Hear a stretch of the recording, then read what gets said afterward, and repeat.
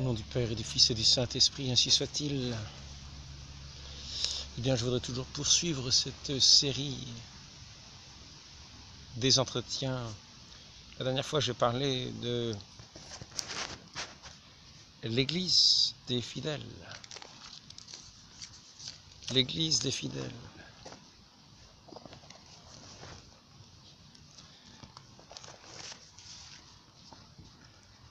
Plus il y a de papier, moi je m'y retrouve.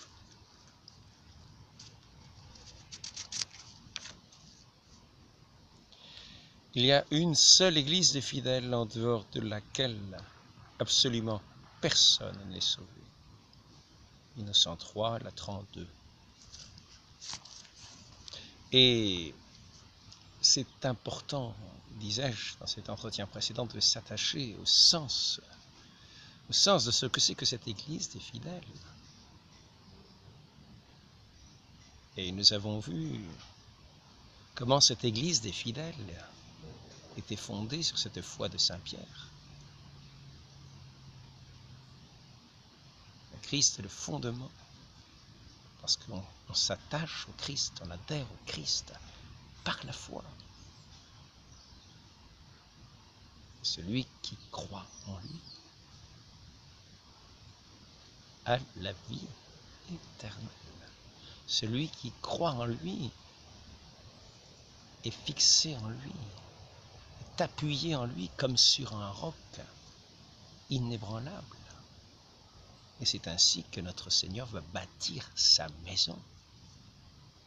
C'est ainsi que notre Seigneur nous invite à bâtir notre vie, l'édifice de notre vie, mais aussi à être dans cette Église des fidèles.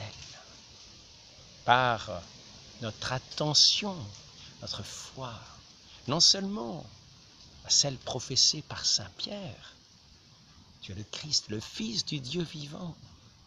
Mais quand nous avons dit à ce divin maître qui parlait à ses apôtres, quand Saint Pierre a dit à ce divin maître, tu es le Fils, tu es le Messie, le Christ, le Fils du Dieu vivant. Quand il a ainsi professé sa foi en lui, en celui qui est un avec le Père. Mais il n'y a pas plus haut que le Père. Il n'y a pas plus grand que le Père. Il n'y a pas d'autre juge que le Père.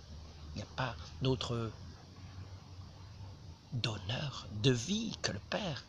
Le Père lui-même est la vie. Le Fils est un avec lui. Le Fils est la parole du Père.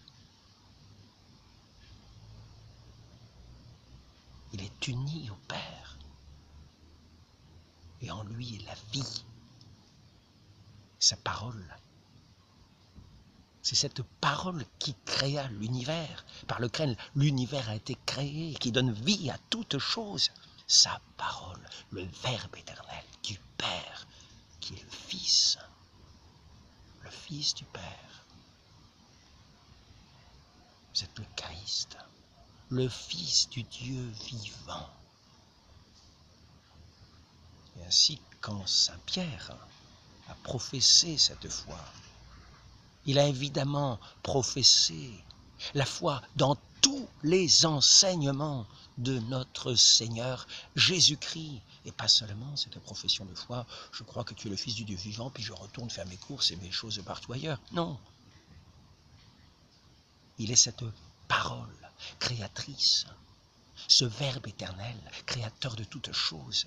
Et c'est lui qui va édifier son Église après ce péché originel qui a fait de ce monde un monde de mort.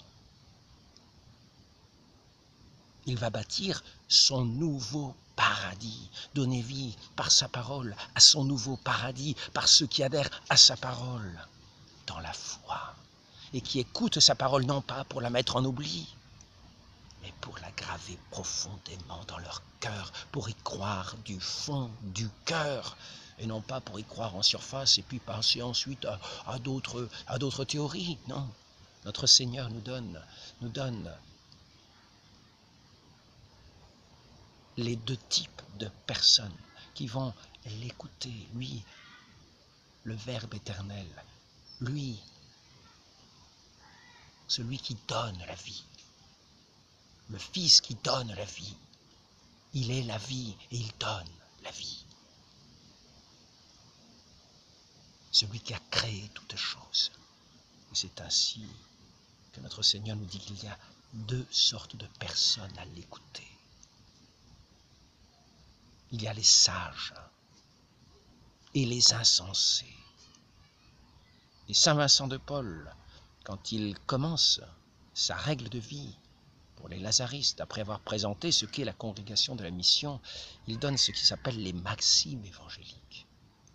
Je vais vous lire ce qu'est la première maxime évangélique.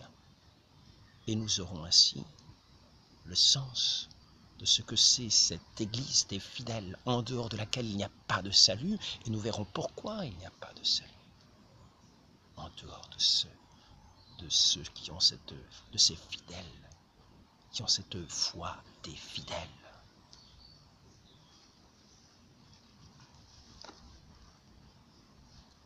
Saint Vincent de Paul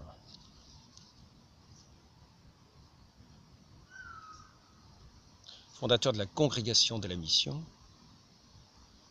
et avec sainte Louise de Marillac, fondateur des Filles de la Charité. Il a été aussi décrété par l'Église comme le patron des œuvres de charité. Et on peut dire que sa vie était un cœur de charité. Et qu'à l'écoute de la parole de notre Seigneur, de notre Maître, de ce Dieu vivant, les œuvres de vie ont fructifié à sa parole. Les œuvres de charité. Non seulement il a redonné l'espoir, mais surtout l'espérance, la foi et la vie des âmes, de ceux qui l'ont écouté, car il professait les paroles de vie de notre Seigneur Jésus-Christ, qui communique sa vie par ses paroles. Ainsi, je vais vous lire ce fondement des maximes évangéliques. Il dit la première chose. Avant toute chose, un chacun tâchera de se bien établir dans cette vérité, que la doctrine de Jésus-Christ ne peut jamais tromper. Il est le Fils du Dieu vivant,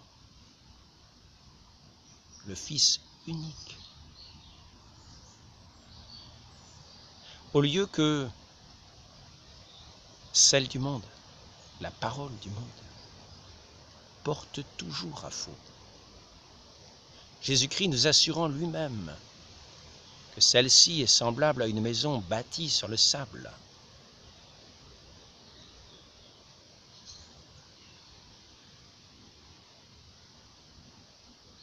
Donc la doctrine du monde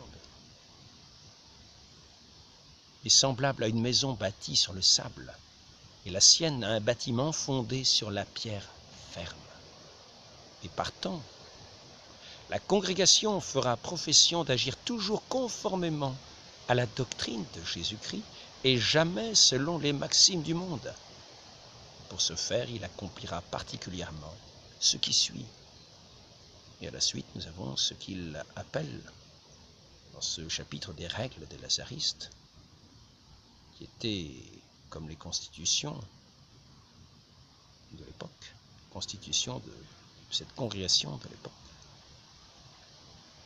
Ces règles qui sont tout simplement des règles évangéliques que notre Seigneur a enseignées et que ces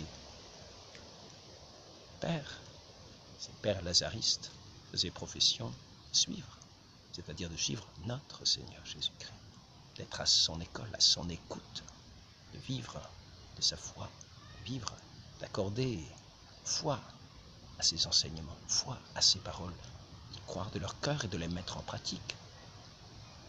Et ainsi d'être de ceux que notre Seigneur dit qu'ils sont bâtis sur le roc.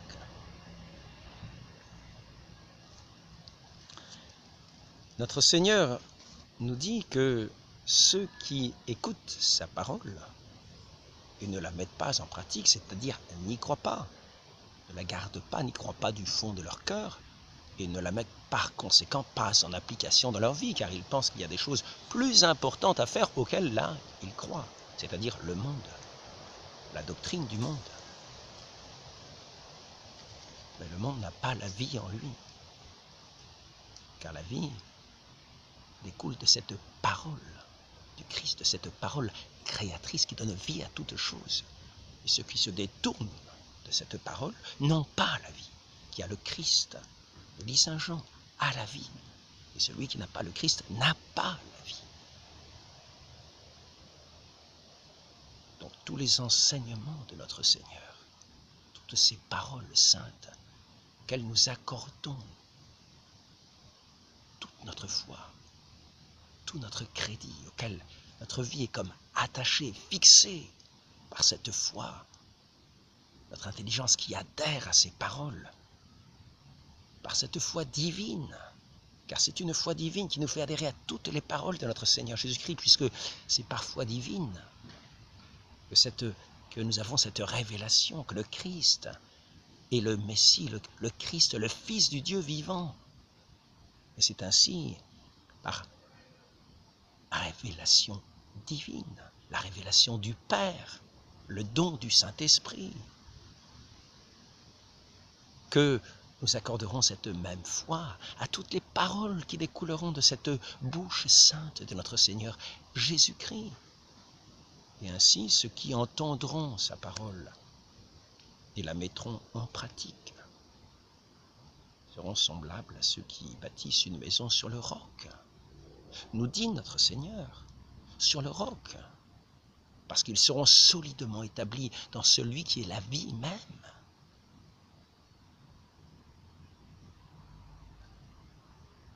Ils tiendront ces paroles pour véritables. Ils les croiront du fond du cœur, ils les professeront de leur bouche. Et ils seront assurés, en étant dans ces paroles, d'être dans cette paix avec leur Dieu. Car le Christ est le médiateur, le Fils unique entre Dieu et les hommes. Il est la parole du Père. Ainsi, cette vie qu'il y a dans le Père, elle est dans ce Verbe éternel qu'il nous est communiqué par cette bouche sainte de notre Seigneur Jésus-Christ.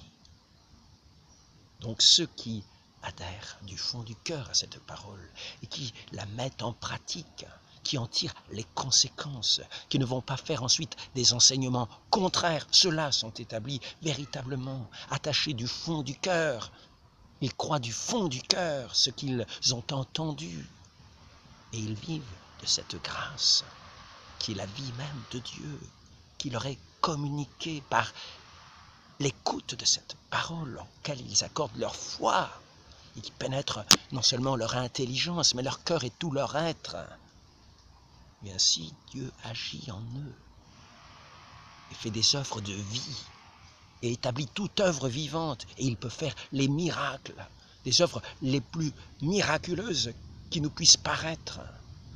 Et c'est ainsi que tout ce qui est fait des vrais ouvriers de Dieu, tout ce qui est fait dans cette foi sainte des vrais ouvriers de Dieu, est comme du plomb changé en or, de cette vie, du plomb de cette mort du monde, changé à l'écoute de cette parole en l'or de la vie de notre Dieu, qui fait fructifier toutes choses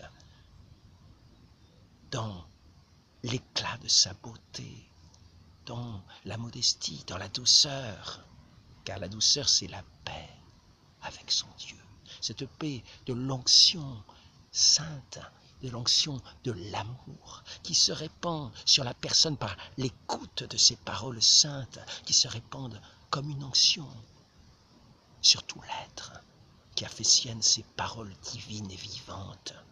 Et le Saint-Esprit vivificateur vient vivifier l'âme et toutes les œuvres. Et c'est Dieu qui agit en celui qui a la foi au Christ. Qu'est-ce que c'est que l'œuvre de Dieu? L'œuvre de Dieu, c'est de croire en son Fils.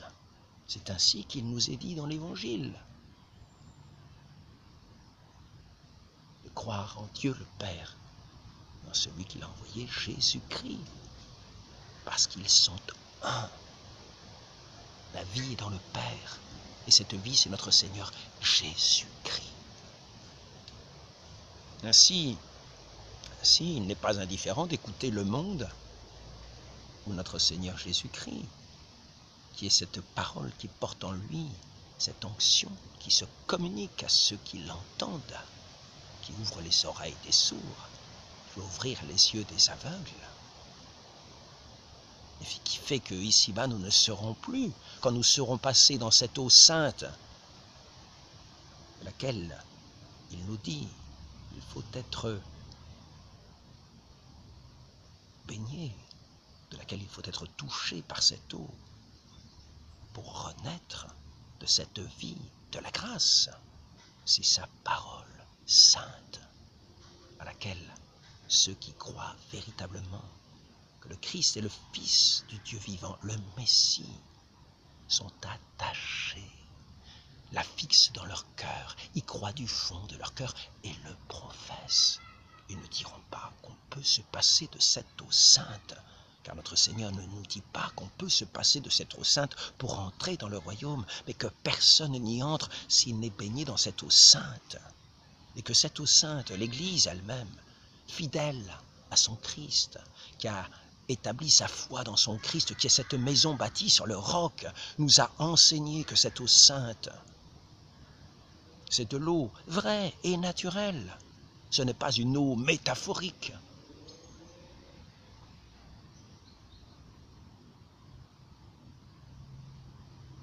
Ainsi, pour attacher notre foi au Christ, nous devons attacher notre foi à ses moindres enseignements, pour les professer de notre bouche, après les avoir gardés, après y avoir cru de tout notre cœur, les professer de notre bouche, et non pas faire l'œuvre de Satan en les contredisant. Et ceux qui croient du fond du cœur, qui professent de leur bouche, c'est cela qui constitue l'Église des fidèles. Cette Église qui est cette maison bâtie sur le roc de cette foi, de ceux qui gardent cette parole, non pas pour l'oublier comme je viens de le dire,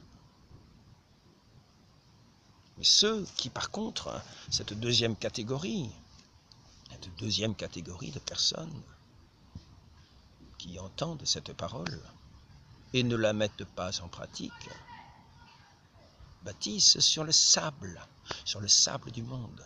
Ils ne sont pas fixés en Dieu, ils ne sont pas fixés en ce Christ qui est la vie qui nous est donnée. Ils ne sont pas nourris à sa parole, à la parole de Dieu, qui est son Fils, le pain vivant descendu du ciel, et qui donne la vie éternelle à nos âmes. Ainsi, ceux qui n'ont pas fixé leur cœur, leur intelligence par la foi en notre Seigneur Jésus-Christ, le Verbe éternel du Père, par qui toute chose est faite, sont emportés comme dans des sables mouvants. Ils ne sont pas fixés à sa parole, ils ne sont pas fondés sur sa parole comme sur le roc pour bâtir cette maison que le Christ lui-même bâtit, son Église, cette Église des fidèles. Et ainsi, quand le vent souffle, est-il dit, quand la pluie tombe, quand les tempêtes se déchaînent, quand les contradictions arrivent, quand les pressions arrivent, quand les ennemis de ce Christ arrivent et nous séduisent et nous trompent et nous menacent, à ce moment-là, celui qui n'a pas cette foi, ni dans le Christ, ni dans le Fils du Dieu vivant, ni dans sa parole, sera comme cette maison bâtie sur le sable, et il sera emporté par les flots de cette eau, comme dans le déluge. Et ils ne seront pas dans cette arche sainte de l'Église, bâtie comme sur un roc stable au milieu de cet océan qui emporte tout ce qui n'y est pas fixé dans ces eaux mortelles, où il n'y a pas la vie. car la vie est en Dieu. Mais tout ce qu'il fait est œuvre de vie, mais rien de ce qu'il fait n'est.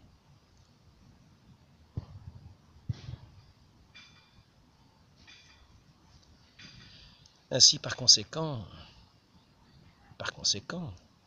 ceux qui n'ont pas cette foi en notre Seigneur seront semblables à ceux qui bâtissent leur maison sur du sable.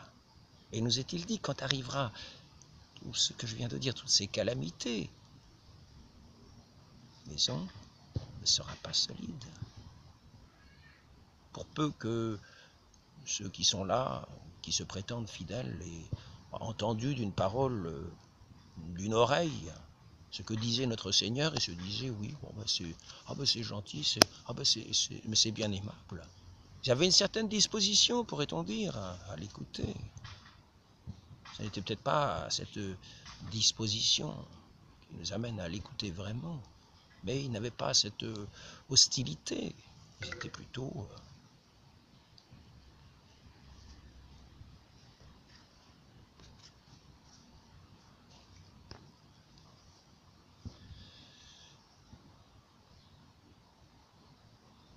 comme on pourrait dire, ni pour ni contre, mais ils étaient quand même, ils avaient une certaine sympathie vers cet homme qui faisait tant de prodiges, tant de merveilles, et ils avaient plutôt une oreille un peu attentive. Ils écoutaient pour retentir d'une oreille, et ils se mettaient à ce travail, à ce chantier, mais ils n'étaient pas ces fidèles. Ils ne faisaient pas partie de cette église que l'on appelle cette église des fidèles. Je répète, je redirai, si je retrouve, c'est pourtant simple à retrouver.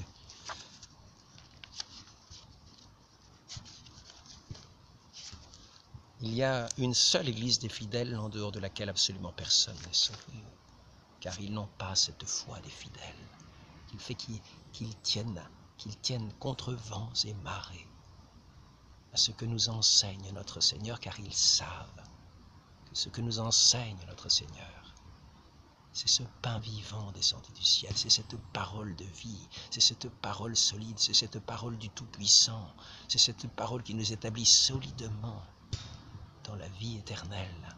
Et il n'y en a pas d'autre. Il est le Fils unique. Ainsi, ceux qui ne l'écoutent que d'une oreille, mais qui sont séduits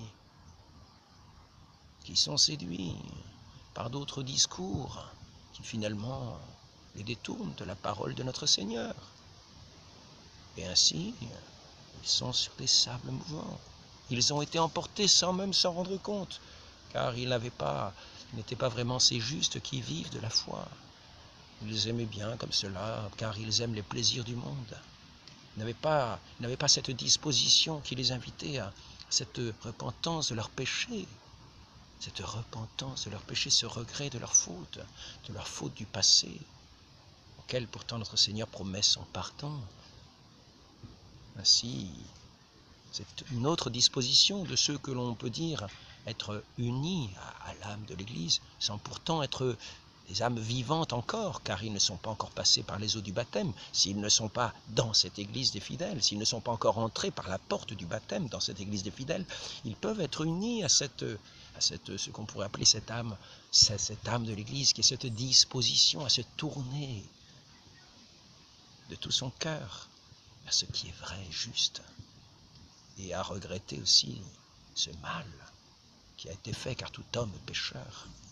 Tout homme est pécheur, et par lui-même ne se sauve pas. Ainsi, il ajoute le péché sur péché, après le péché originel qu'il a déjà.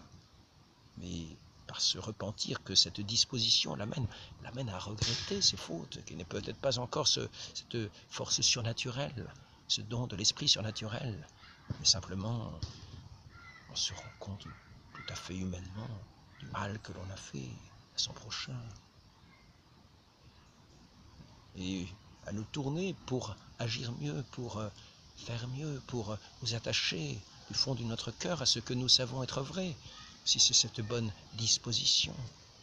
Et à ce moment-là, nous pouvons être touchés par cette parole, et non seulement l'écouter simplement d'une oreille attentive, mais y croire, nous y attacher, la mettre en pratique et entrer dans cette maison sainte de l'Église par la porte du baptême, ainsi que l'enseigne l'Église, où à ce moment-là, cette âme morte par le péché originel va renaître à la vie et va devenir enfant de Dieu en écoutant cette parole de son Fils unique, de son Verbe éternel, qui est la vie, comme le Père a la vie. Ainsi le Fils donne la vie par sa parole. La vie du Père est dans son Fils.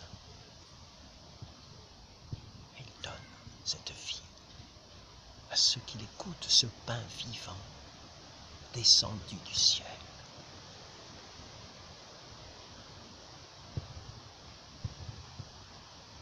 Et il se donnera dans cette sainte hostie pour ceux qui ont été baptisés, qui ont été lavés de leurs péchés, pour entrer dans cette communion à ce Dieu vivant qui se donne dans cette sainte hostie, dans son corps, dans son sang, son âme, sa divinité, sa vie tout entière. Ainsi, c'est l'Église des fidèles, de ceux qui sont installés solidement sur ce rocher, non pas pour écouter d'une oreille inattentive les paroles de notre Seigneur et passer à la suivante, soit par des pressions, des tempêtes intérieures ou extérieures, par des orages, des éclairs, par des guerres, par des menaces, par des tortures, ceux qui ont cette foi dans notre Seigneur, cette foi surnaturelle, cette foi qui vient de Dieu, qui est cette révélation, qui fait que l'on reconnaît, que l'on connaît notre Seigneur et que l'on connaît son enseignement, qu'on le reçoit, qu'on l'écoute, qu'on s'y attache, qu'il est notre vie et que nous y donnons notre vie. C'est l'Église des fidèles en dehors de laquelle il n'y a pas de salut, car en dehors, c'est le règne de la mort. Le monde gît sous le péché. Il a l'apparence du brillant du monde.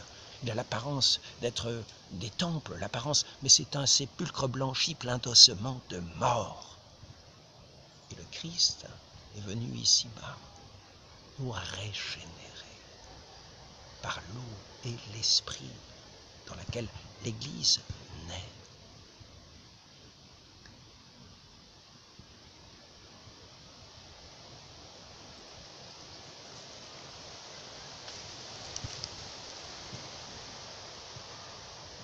L'Église a été purifiée par l'eau dans la parole de son Fils de vie, par la parole de vie.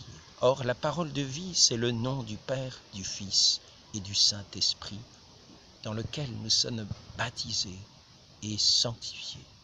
Catéchisme de Trente, Éphésiens, chapitre 5, verset 25.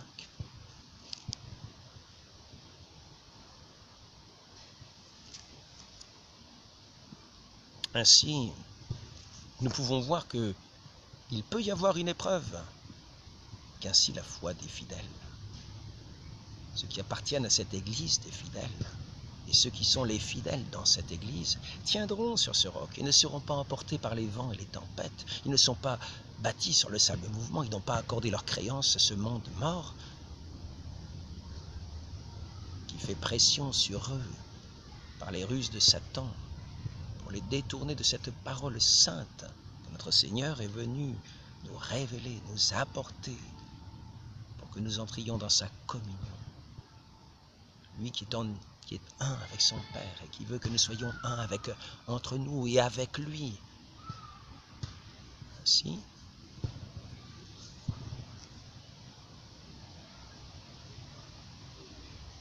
il faut demander cette grâce de cette foi. Ceux qui sont dans cette Église des fidèles, afin de tenir ferme sur le roc. Et que dans cette épreuve que nous connaissons aujourd'hui, où nous voyons que la plupart de ceux qui prétendent être de l'Église ont été emportés par les voies du monde, ont même fait ce qu'ils appellent un concile, mais qui n'est pas un concile de l'Église, puisque ce n'est pas l'Église des fidèles. C'est l'Église du monde, dans laquelle il n'y a aucun salut. Et tous ceux qui ont été séduits par cette Église du monde ont été détournés de la parole sainte, ont été arrachés du roc du salut, de cette foi en notre Seigneur Jésus-Christ, unique sauveur, unique médiateur, en lequel nous avons la vie si nous l'écoutons. Il n'y a une seule Église des fidèles en dehors de laquelle absolument personne n'est sauvé. Et donc les fidèles, ceux qui écoutent la parole de notre Seigneur, qui y croient du fond de leur cœur et qui la professent de la bouche.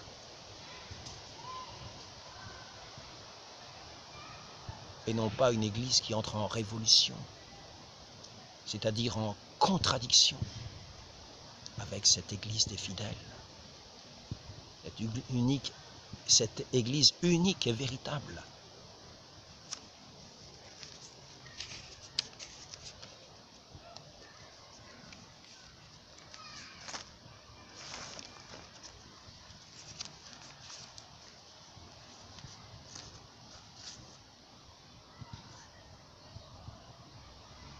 Quelqu'un ne demeure pas en moi, il sera jeté dehors, comme le sarment, il séchera, et on le ramassera, on le jettera au feu. Il ne tient pas sur le roc, il est bâti sur le sable, il est emporté. Il n'a pas cette foi de Saint Pierre, cette foi surnaturelle, qui non seulement fait croire au Christ et le fait professer, Christ vague, en contredisant toutes ses paroles, non. Ce n'est pas là l'Église des fidèles.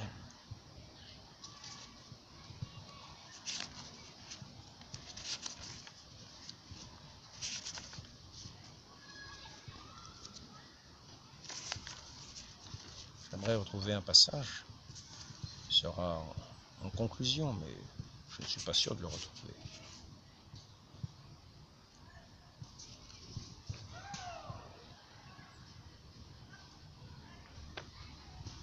Je voudrais terminer, là je pense que je vais peut-être y arriver, on va le retrouver je veux dire, voilà ici. Nous voyons que c'est vraiment l'enseignement de l'Église, cette foi nécessaire, que dans cet entretien j'essaye de vous montrer comment elle est nécessaire. Ainsi, nous pouvons voir en ce jour de Saint-Pilice cette parole qu'il a reprise de Benoît XIV. Et comprenons-la bien. Nous affirmons qu'une grande partie de ceux qui sont condamnés au supplice éternel subissent ce châtiment sans fin à cause de leur ignorance des mystères qu'il est nécessaire de savoir. Car la vie éternelle, c'est de connaître notre Seigneur. Qu'il est nécessaire de savoir et de croire pour être placé parmi les élus. Il est vrai qu'il y a bien d'autres péchés qui peuvent nous écarter, qui nous font tomber, que cette ignorance, qui n'est pas nécessairement péché. Notre Dieu qui est tout amour, toute justice, toute bonté, qui connaît le cœur de chacune de ses créatures, connaît leurs dispositions. Ceux qui ont ce mouvement intérieur de cette bonne disposition et non pas son aversion vis-à-vis de lui.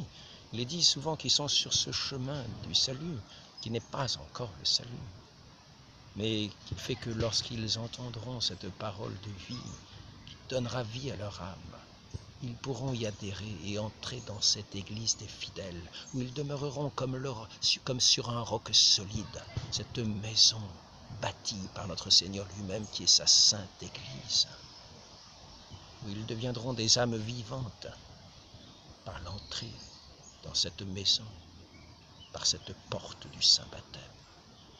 Ils n'entreront pas comme des voleurs, comme par des fenêtres. Ils Ils entreront par la porte que notre Seigneur est lui-même, ainsi qu'il nous le dit. Demandons à notre très sainte Mère, cette Mère de l'Église, cette Mère de notre Seigneur, de nous accorder cette grâce d'être de ces fidèles qui savent nous tourner nous tourner vers son Fils, pour être à l'écoute de toutes ces paroles, de tous ces enseignements, et les garder au fond de notre cœur, du fond de tout notre cœur, de toute notre âme, de toute notre force, de les graver en nous-mêmes, de les garder, de croire du fond du cœur, d'y tenir, afin de résister à toutes les tempêtes et d'être établis sur ces paroles comme sur le roc, par la grâce de cette foi véritable, cette foi des fidèles, de cette Église des fidèles, afin de ne pas être emportés loin de son Fils, qui est la vie, qui est notre vie, qui se donne à toute âme de bonne volonté, et que notre Dieu s'est guidé dans sa providence divine jusqu'à ce roc solide et jusqu'à cette eau sainte, où il renaîtra pour la vie éternelle et la plus grande gloire de Dieu. Malgré le monde et Satan, malgré la chair, et malgré tous les ennemis de Dieu, malgré toutes les tempêtes, malgré toutes les pluies, malgré tous les orages, ils auront cette couronne de la victoire pour avoir combattu dans cette foi qui les gardera fidèles à notre Dieu. Ainsi soit-il. Au nom du Père et du Fils et du Saint-Esprit, ainsi soit-il.